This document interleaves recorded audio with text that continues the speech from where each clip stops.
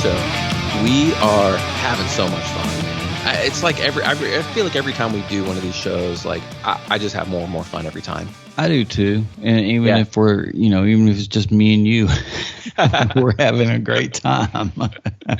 This is gonna be cool right here. For our listener out there, just kidding. No, whoever you are. It's funny.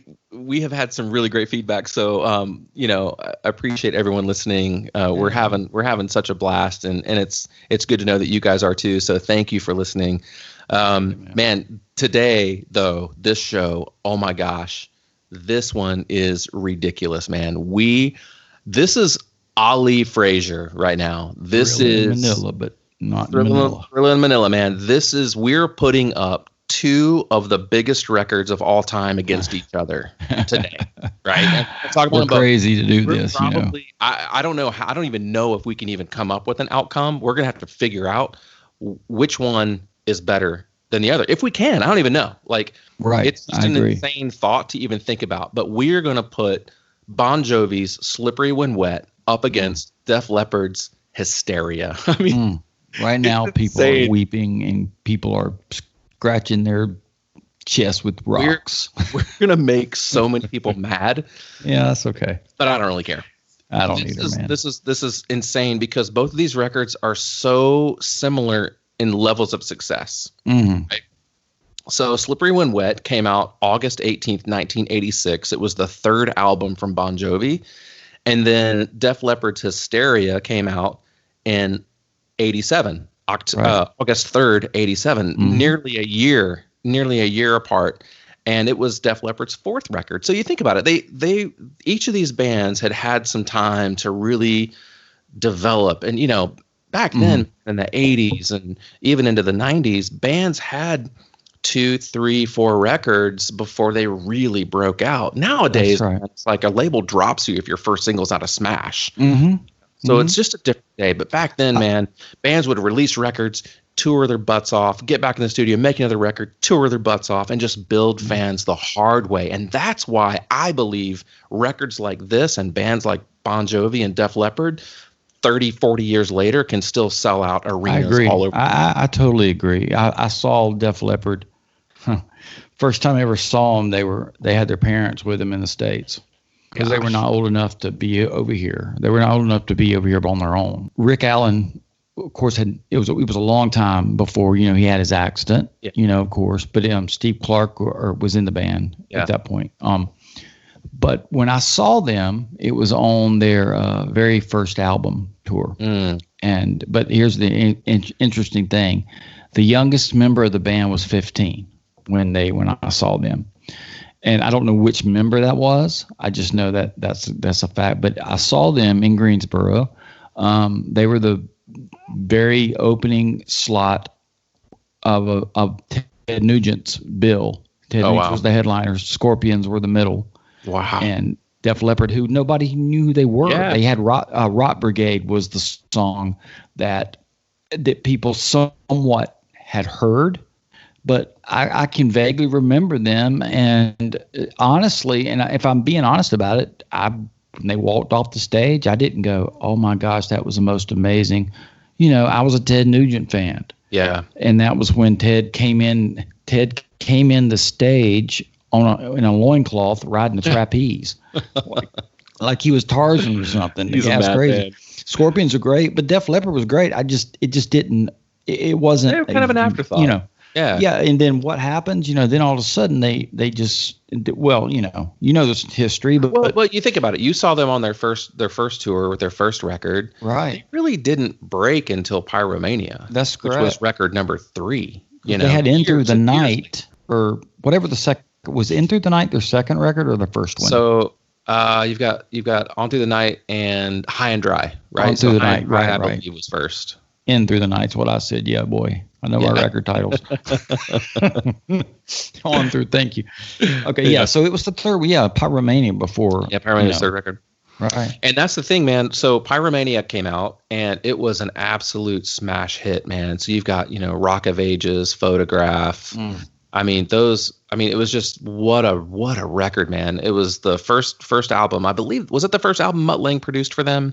It was. It was because the first two somebody else did. Yeah. So Mutt Lange, which, he was just a powerhouse producer, and, I haven't heard much from him lately, but no, I mean, that's an album where they were just like, man, we're just never going to top this, man. Like, this was the pinnacle. We've reached the top. And then, man, tragically, Rick Allen gets in a very bad car accident, who was the drummer, and he lost an arm. Mm-hmm. So it's like, what are we going to do? How those bands would have been done and gone to someone else. They would have been done. And there's a lot of things out there, a lot of books you can read, a lot of articles. There's even, some made for TV movies, and like, I think MTV or VH1, one of those companies put a like a film out, like a biopic about Def Leppard. And they talk a little bit and show a little bit about that part of their career, because it's a hugely important part of their band. Is.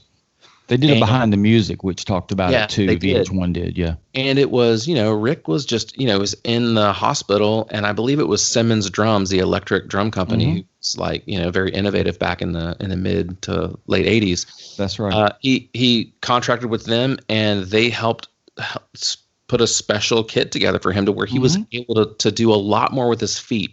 Most drummers use their left foot for the hi-hat and their right foot for the kick drum. Right. And then if they have a double bass, they'll use their left foot for hi-hat and kick, and then their dominant kick will be their right foot. So for him, he had to learn how to play kick, snare, hat, a couple of toms, even some cymbals, because he only had, one arm to do, to keep the ride cymbal going, or whatever. And so it was such a crazy thing to think about. And now you've got this highly successful, massive band coming off the biggest record of their career going, now what? Now what do we do? That's right. But you got to, the thing about it is you got to give the guys in Def Leppard props, because, they could have very well said, okay, we got to find a drummer. And I guarantee you, from a human standpoint, they probably had that meeting. They had to have, and whoever their management was at that time, but they said, no, you know what? We've been in this thing together from the beginning, and here we are. And what do we do? And then Simmons steps up, and they say, nope, you're our drummer, and it worked. It worked great. Yeah. So they go through the process, they record, and they make one of the best records of all time, without question. They did. No one will dispute that. If you do, you're absolutely crazy. And then after the record comes out and they tour, another tragedy happens. Their lead guitar player dies. Steve Clark. And I believe he was 31 or 32. He was a young guy. And again, it's just like, oh my gosh, man, can you imagine what they're going through? Right. They're in between records. Their drummer loses an arm. The band is in disarray and could potentially break up, and everything. They lose everything. Yep. And then they make another ridiculously amazing record. And then, through that process, their lead guitar player dies. Right. And I remember when Steve Clark passed away. I remember where I was, what I was doing. I heard it on the radio, and I was just in a total shock. Total shock. Exactly. And they, he died from an unfortunate circumstance, just some demons he was battling or whatever. And, but again, you got to give them credit. They found the perfect replacement, and they moved on, and they kept going. I got to see, did you see the Hysteria tour? I did not, man. I got to see that too with Steve Clark. I was in the 7th grade when that record came out. I keep forgetting. But I had a friend who went with his older brother, and I remember him telling me how incredible that show was. It was in the round, right? It was in the round. Yeah. What was interesting was I had really close seats. Yeah. And Queensryche opened.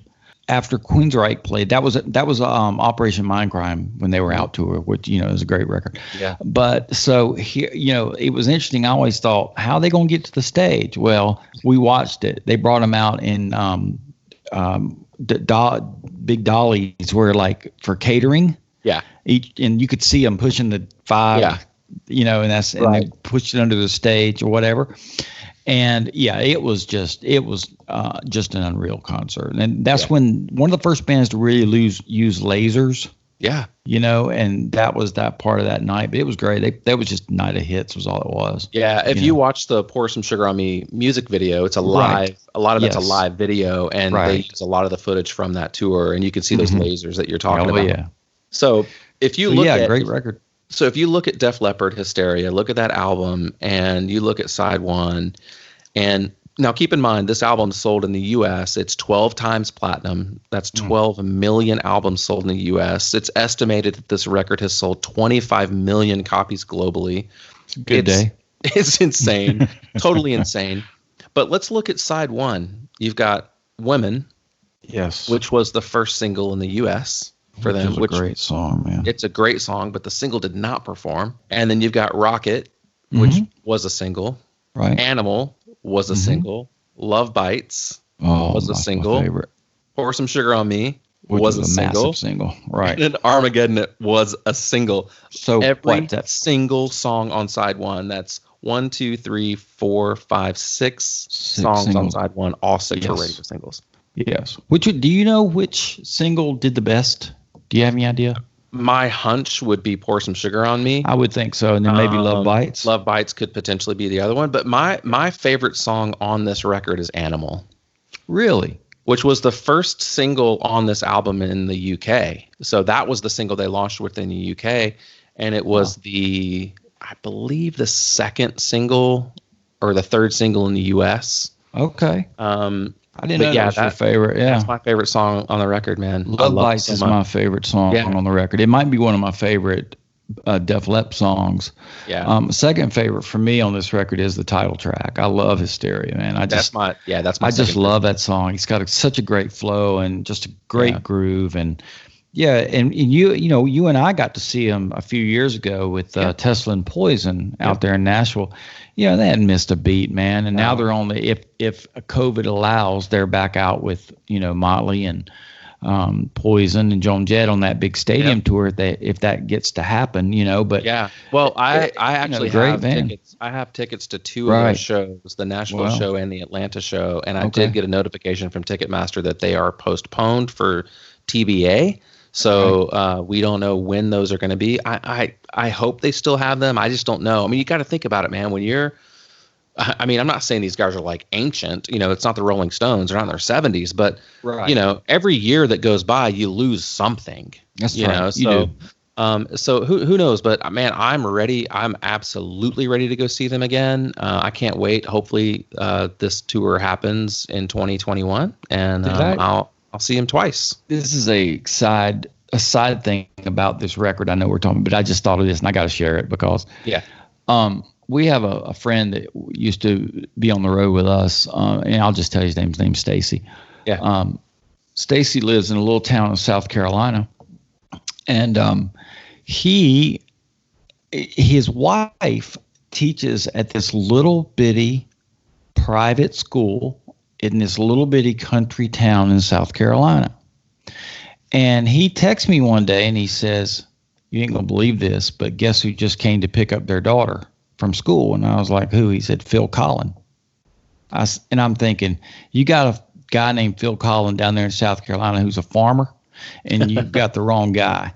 And he said, "No, it is Phil Collin from Def Leppard." Come to find out that his wife has family down there. And he was down there living with his family, unbeknownst to everybody. Wow. And every day he comes up and picks his kids up from school. Wow. Yeah, Phil Collin from Def Leppard. Yes, that was him. Man, that's a cool story, man. Yeah, man. That's just a cool normal story. Dude, but yeah, man. So what a record, man. Yeah. So let's look at side 2 of this album, man. So flip that vinyl over, man, and let's look at side 2. So Gods of War, Don't Shoot Shotgun, Run Riot, Hysteria. Come on. There you go. There's your hit. Excitable, Love and Affection. So I don't know. You got 7 hits off the record, right? 7 hits on the record, but side 2 had 1. So there's 1, 2, 3, 4, 5, 6 songs on side 2. So there's 12 songs on the record. Only one song on side 2 was a hit song, and I hate even to say that. Only one. I mean, give me a break. I know. I'll take one hit song in my entire career. Right. They had 7 on one record. And so potentially, I mean, and don't get us wrong. We're not saying those songs aren't good, and they're just not as strong to us as the other ones. And it's potentially makes for a one-side record. This record's definitely lopsided. I mean, it's fantastic as it is. This is a huge album, and I love this record. I love it too. I wouldn't own it if I didn't love it. I listen to this record quite often. I mean, I listen to maybe not the whole record, but I listen to a lot of the songs on this album. But it is a fantastic record, no question about it. Again, Mutt Lange on production is just, he really makes it. And again, he's got that signature background vocal gang vocal he does. That I think you can hear that on the Def Leppard records. You can hear it on Bryan Adams. You can hear it on Wayne.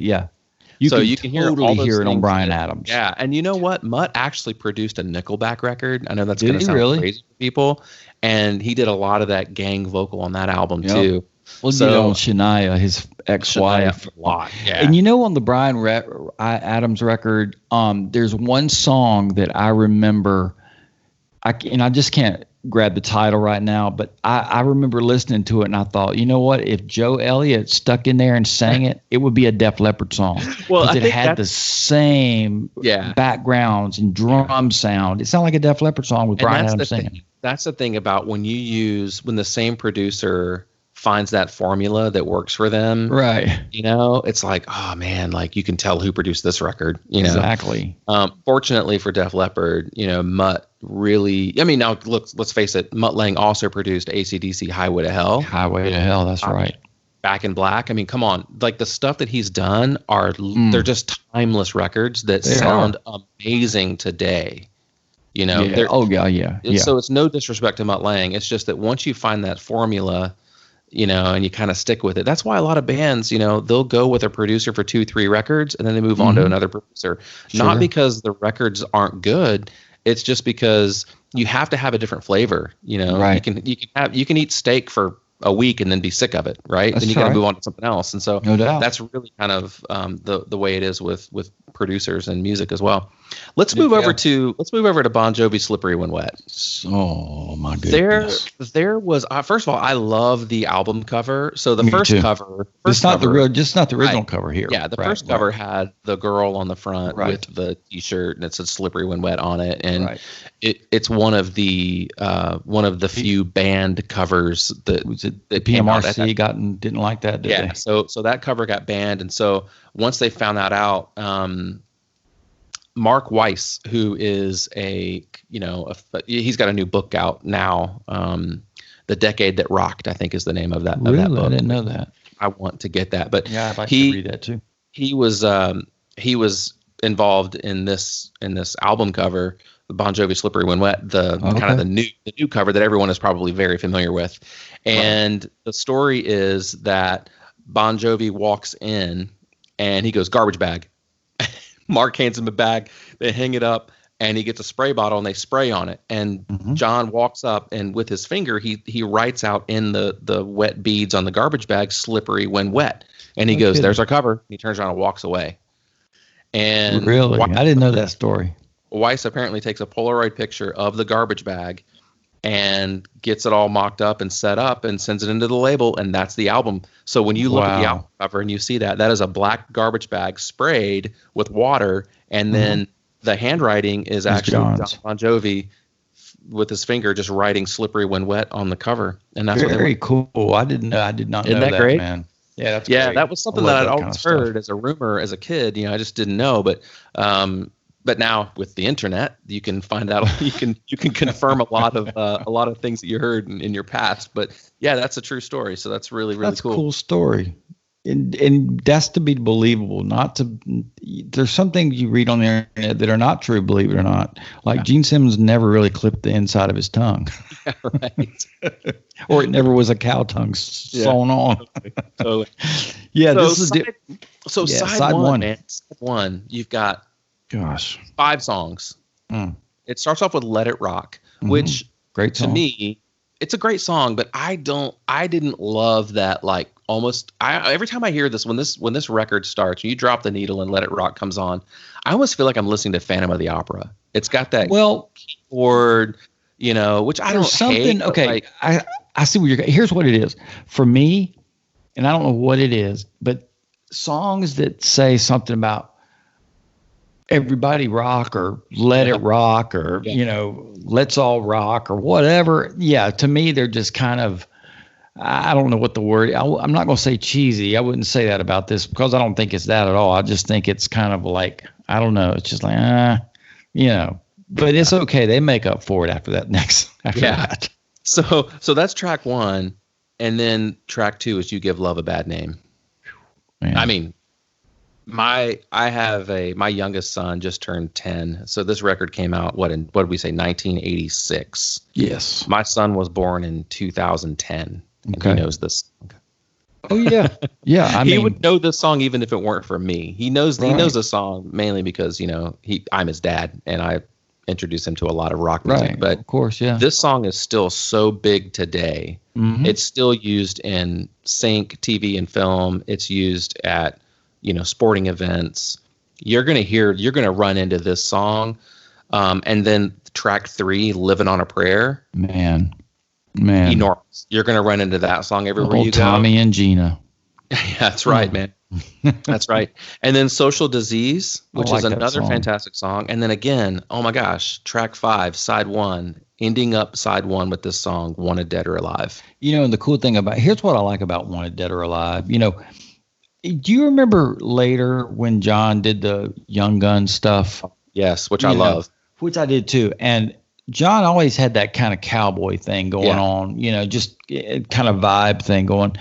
But I love the video for "Wanted Dead or Alive." That's the one thing about Bon Jovi's or the band Bon Jovi. One thing I like about his videos, especially for this record, if I remember, most of these videos were live. Yeah. There was never any really concept videos except when he got into later records, "Living in Sin," some of those songs. But like most of the songs on here, if I remember, were live. I know that. I know "Bad Name" and "Prayer" were in. I love that "Wanted Dead or Alive" video though. Yeah, it's just one of great. My favorite line in any song ever is in "Wanted Dead or Alive." I've seen a million faces and I've rocked them all. Isn't that a great line? It is one of my favorite lines of all time. And the video is when you got the back shot of John at the mic, and when the lights hit. And then there's the thousands of people. Yeah. And it's just like, oh my gosh, man, that is the coolest shot. Yeah. And then you remember? I'm a cowboy and on a steel horse I ride. Yes, he is on a motorcycle. I mean, seriously, like he is. What a fantastic song. I mean, John Bon Jovi. I mean, now one of Desmond Child, who is another incredible songwriter. Yes, co-wrote on this record. I don't think he co-wrote "Wanted Dead or Alive," but he co-wrote. He definitely co-wrote "Living on a Prayer," which you can live your whole life on that one song. Yeah. But man, like, what a songwriter. Yeah. And speaking of Desmond, he made a really, really good solo record way back in around this time frame.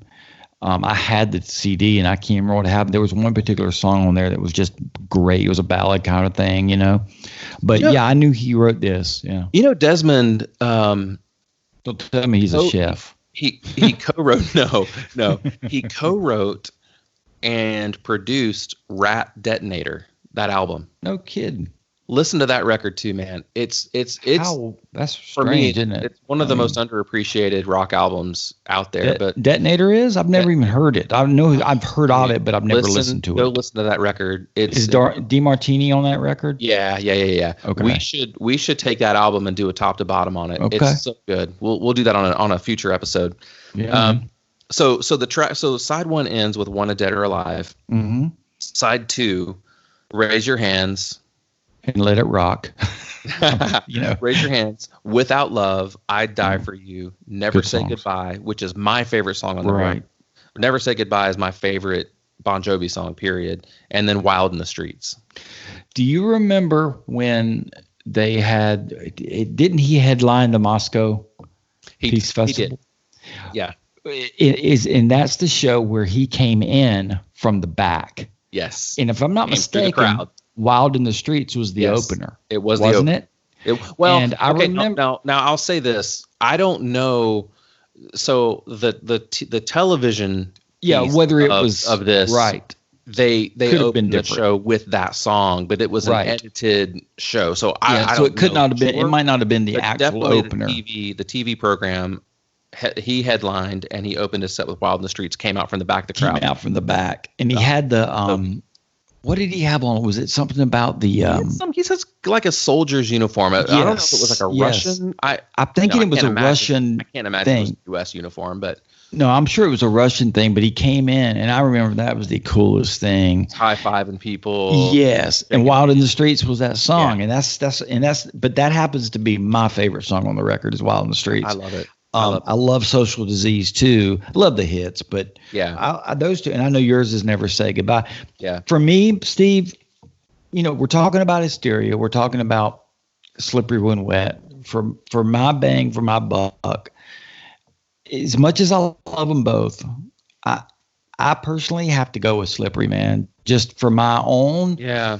If I was going to sit down and listen top to bottom to either of these two records, I'm going with Slippery, personally. Yeah.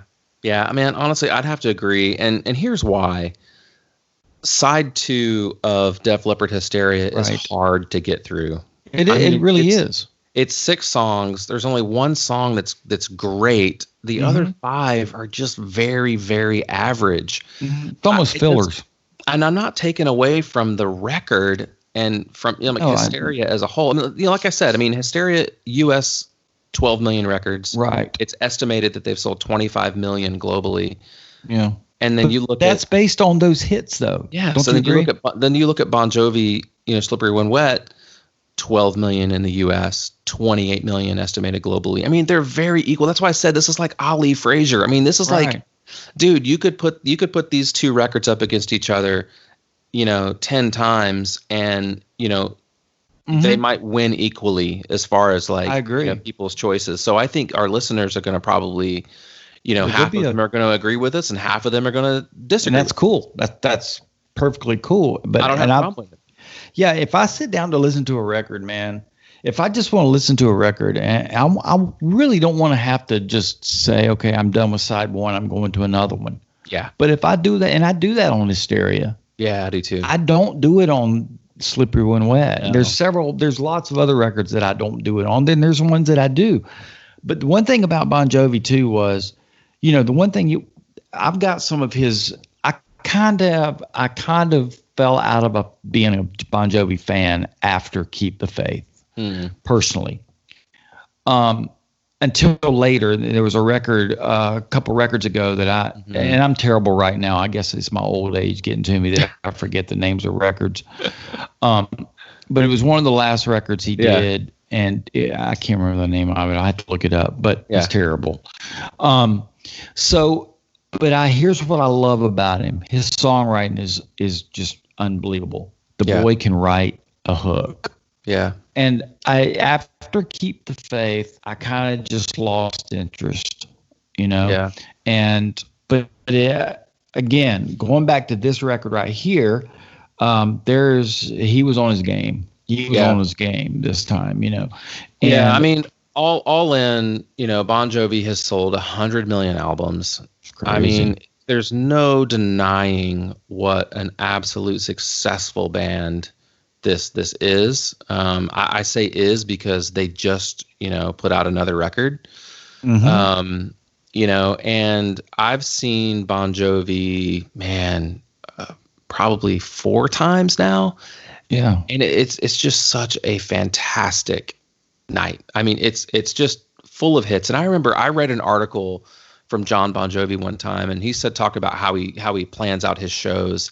And I thought this was just such a great thing. He goes, every night, whenever we plan out our set, I always have one song for me. Everything else I do is for the audience, but I've got one song for me. And I thought that was really cool because it shows how he's dedicated to his fan base and he wants to entertain. He wants to put on a great show. But man, you and I know that when you're out on the road and you're playing these songs, like we hear Wanted Dead or Alive one time at a show, one night, maybe for 5 years. Right. He plays it every single night for 30, 40 years, for every night he's on tour. And you can get tired of that. I remember I saw Elton John on a tour once, and I was really excited to see it because I love his music. Yeah, me too. And he played most of the night was all the songs off his brand new record that no one. See, I don't like that. And he did like a medley of hits. He didn't even do Rocket Man the whole song. He just did like a piece of Rocket Man, a piece of Benny and the Jets. I was so bummed out. But then when you hear John Bon Jovi talk about what he does on the road, see, I felt like when I left that night, I felt ripped off. I felt like Elton came out there and played for himself. Like he did that show for him. Mm-hmm. And then when you promote a record, when you hear John Bon Jovi talk about the way he does his shows, he does this for the fans. And there's a lot of back and forth about how he is, and right. But look, I'll just say this much: the guy cares about his fans. The band members know that it's his band. Oh yeah, there's no doubt about that. And listen, man, all I got to say is if you can be in a band with a guy that's going to do what he does, it's almost, I'm not going to say he's the Michael Jordan of music or whatever, but like, don't say that. We just watched that documentary, me too. The Last Dance, and it shows that, Michael Jordan was a jerk, man. Like at least that was the perception, but it's like, just as he said, look, man, there's a price for being a winner. There's a price for this. I didn't want to win the championships just for me. I wanted to win these championships because I wanted my teammates to win as well. Right. And you got to have something like that to push you along. And that's what John Bon Jovi is. And man, look, you can't take anything away from him. You can't take anything away from Slippery When Wet or Hysteria. Two amazing records that I love them both. It's hard to choose one over the other, but man, like you, I got to go with Slippery When Wet. Yeah, I agree, man. Lost Highway was what I was talking about. Oh, yeah. Just to put that in there so no one think I really didn't have dementia or anything.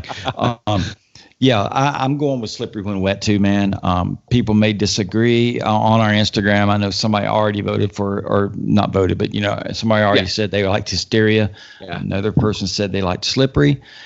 So hopefully, you guys that are listening in our Instagram followers, please go and tell us who you would listen to. Here's the thing: it's not a right or wrong answer. No.